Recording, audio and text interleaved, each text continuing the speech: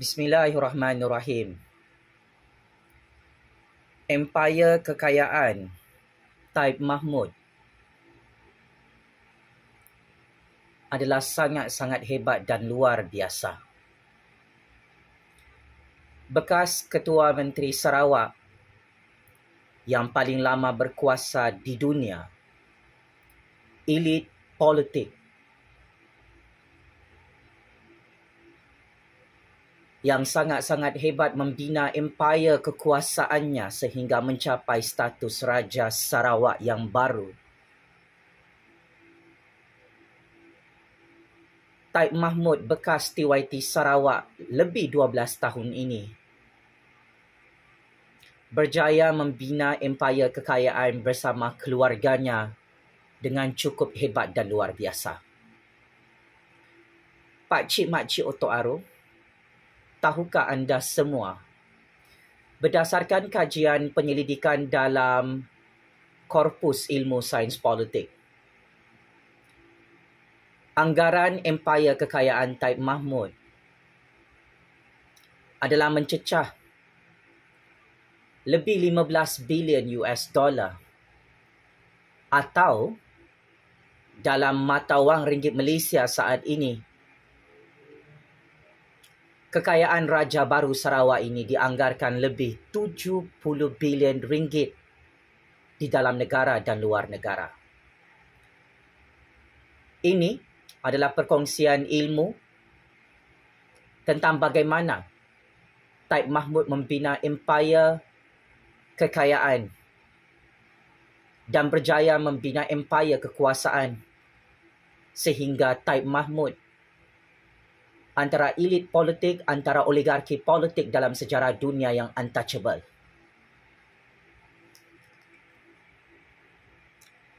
Taib Mahmud dianggap sebagai ketua menteri dan usahawan berjaya dalam sejarah kerajaan negeri Sarawak. Para sarjana menyatakan dari tahun 1981 sehingga tahun 2014,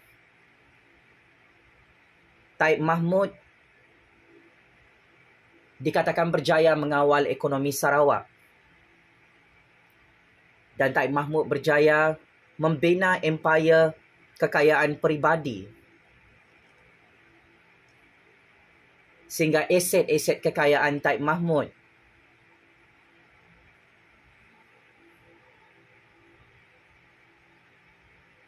tersenarai sebagai antara orang yang paling kaya di dunia.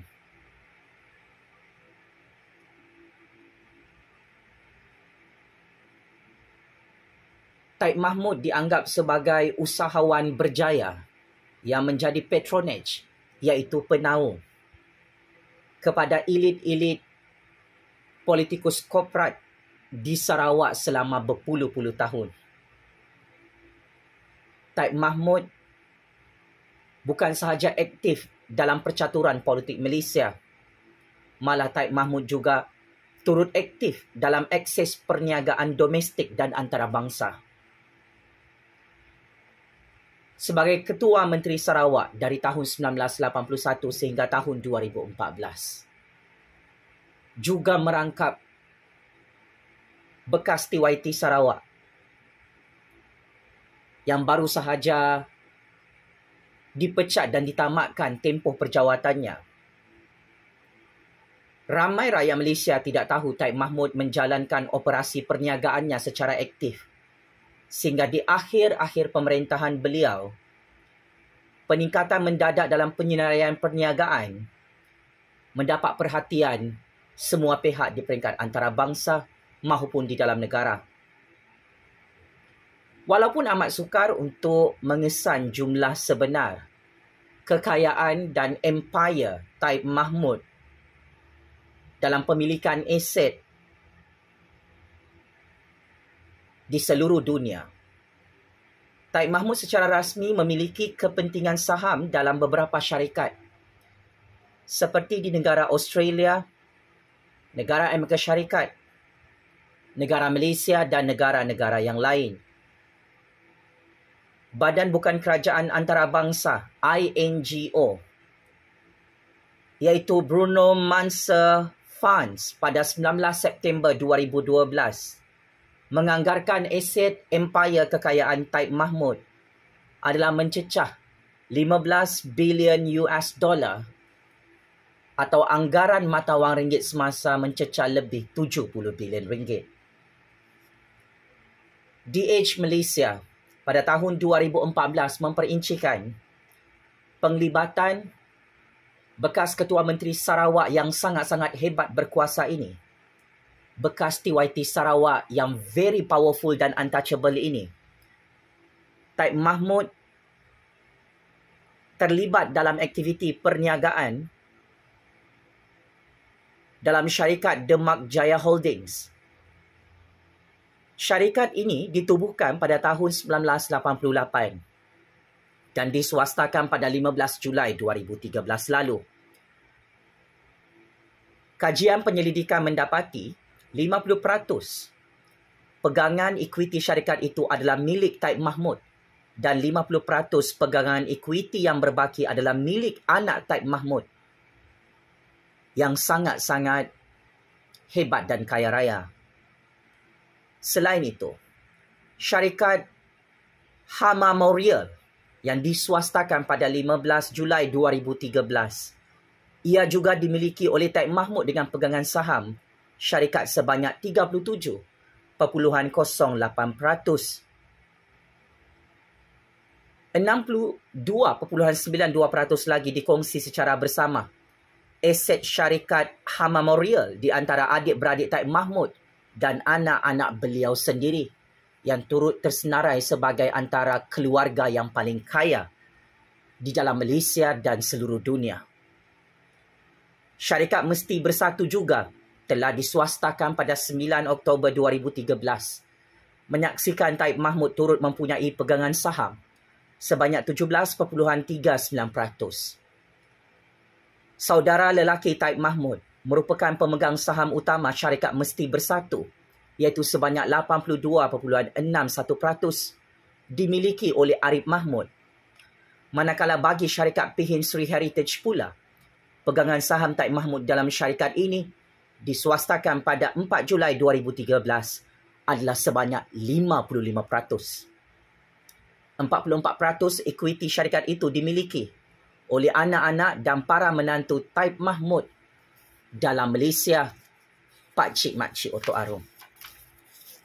Inilah salah satu fakta dan bukti kehebatan Taib Mahmud membina empayar kekayaan, sehingga Taib Mahmud boleh mengalahkan Tun M dan Tun Daim.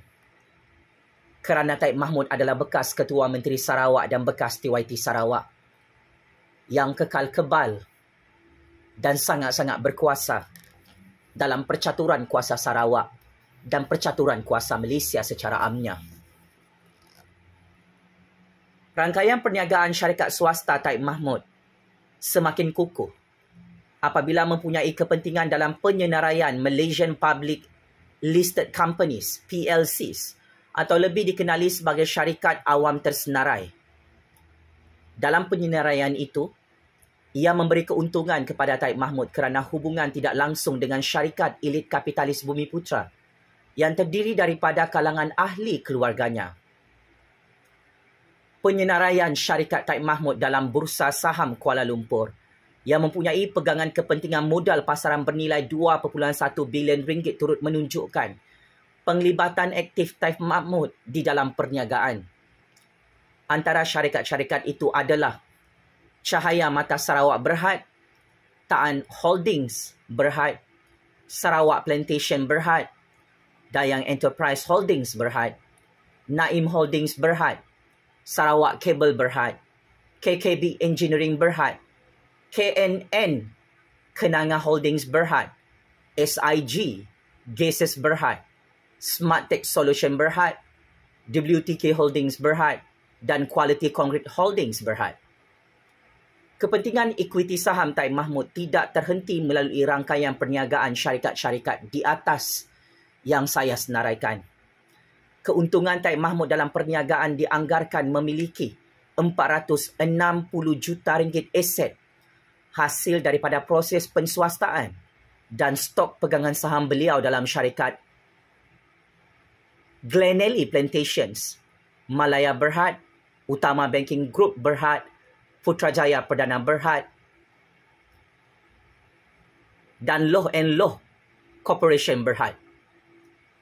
Syarikat-syarikat itu adalah pemilikan keluarga Taib Mahmud yang mengalami proses penswastaan sepanjang pemerintahan Taib Mahmud di Sarawak selama lebih 20 tahun. Aset perniagaan di luar negara juga adalah pertahanan utama untuk kekayaan Taib Mahmud di Sarawak, sehingga menjadikan beliau adalah aktor politik, elit politik dan oligarki politik, Raja Baru Sarawak yang sangat-sangat kaya dan sangat-sangat hebat kekuasaannya. Taib Mahmud melebarkan rangkaian perniagaannya ke peringkat antarabangsa melalui keluarga dan syarikat tertentu yang mempunyai hubungan dengan syarikat besar luar negara. Hasil daripada kajian dalam bidang akademik,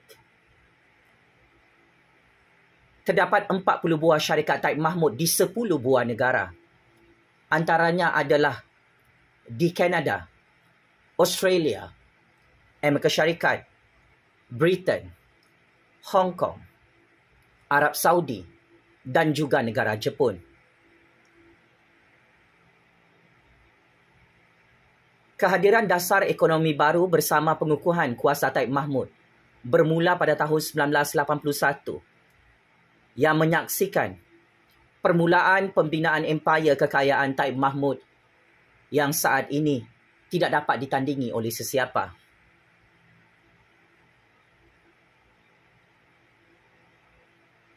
Perniagaan konsesi pembalakan adalah kunci utama kepada proses pengukuhan ekonomi Taib Mahmud di Sarawak. Para sarjana dan pakar akademik yang menganalisis sistem ekonomi politik Sarawak mengesahkan Taib Mahmud lebih kaya berbanding pemimpin diktator Indonesia iaitu Suharto yang turut memperkayakan dirinya di negara Indonesia satu ketika dahulu. Penswastaan konsesi pembalakan ke atas syarikat elit kapitalis Cina di Sarawak menunjukkan hasil kekayaan individu seperti Taib Mahmud meningkat berkali-kali ganda. Hujung tahun 1980-an, di era pemerintahan Taib Mahmud menunjukkan negara Jepun, Korea Selatan dan Taiwan merupakan pengeksport pembalakan utama daripada negeri Sarawak. Daripada aktiviti ekspor pembalakan dari negeri Sarawak, 90% hasil pengeksportan balak tersebut adalah daripada kerajaan negeri Sarawak. Hasil daripada pengeksportan besar-besaran pembalakan ini, berdasarkan kajian di peringkat antarabangsa, Taib Mahmud mendapat keuntungan empayar kekayaan mencecah $4 bilion daripada industri pembalakan Sarawak. Haris Saleh pernah menyatakan bahawa setiap kubik meter pembalakan, Taib Mahmud menerima sebanyak RM30 bagi setiap meter kubik pembalakan. Taib Mahmud adalah pemegang konsesi pembalakan yang ketiga terbesar di negeri Sarawak. Laporan mengenai penglibatan Taib Mahmud dalam perniagaan turut tersenarai, melibatkan 19 buah syarikat yang mempunyai hubungan langsung dan tidak langsung dengan Taib Mahmud dalam industri pembalakan di Sarawak. Antara syarikat-syarikat tersebut adalah syarikat Bakras Development Sdn Berhad, syarikat Bakras Holdings Sdn Berhad, syarikat Bakras Properties Sdn Berhad, syarikat CMS Premix Miri Sdn Berhad, Delta Padi Sdn Berhad, Kenyalang Cergas Sdn Berhad, Kumpulan Parabena Sdn Berhad, syarikat Pelita Tower View Sdn Berhad, Sanyan Development Sdn Berhad. Di samping itu, $4 bilion setiap tahun dalam proses mengeksport kayu balak ke negara luar dan perkhidmatan penghantaran dimonopoli oleh syarikat keluarga Taib Mahmud.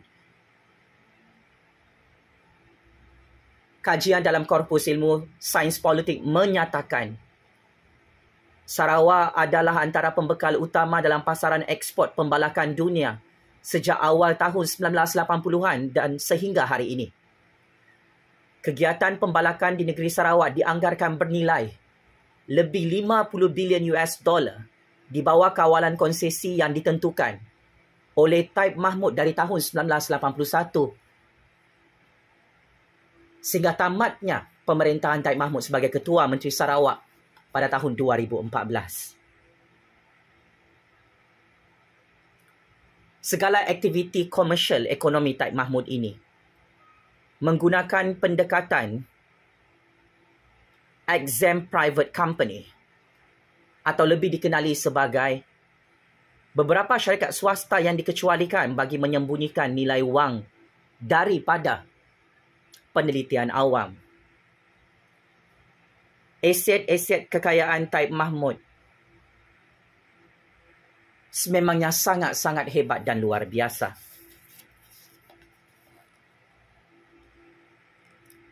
Secara keseluruhannya, berdasarkan analisis penglibatan Taib Mahmud di dalam perniagaan, perkongsian ilmu ini telah menganalisis bagaimana Taib Mahmud menjadikan dirinya sendiri sebagai status kapitalisme atau lebih dikenali sebagai kapitalis pemerintah yang cukup-cukup kaya raya. Proses pembinaan empayar kekayaan ini disusun atur sepanjang pemerintahan Taib Mahmud yang telah mengukuhkan kuasanya dalam tempoh 33 tahun menjadi Ketua Menteri Sarawak, dan ia menjadi punca kuasa untuk Taib Mahmud terus memegang jawatan sebagai Raja Baru Sarawak, iaitu menjadi TYT Sarawak dari tahun 2014 sehingga tahun 2024. So, apa pandangan dan komen rakyat Malaysia tentang empayar kekayaan Taib Mahmud yang dianggarkan mencecah lebih 70 bilion ringgit? Ini belum kira aset-aset kekayaan setiap seorang anak-anak Taib Mahmud yang sangat berjaya bersama ayah mereka membina empayar kekuasaan dan kekayaan dalam Malaysia bertaraf raja yang untouchable sehingga hari ini. Sekian, terima kasih.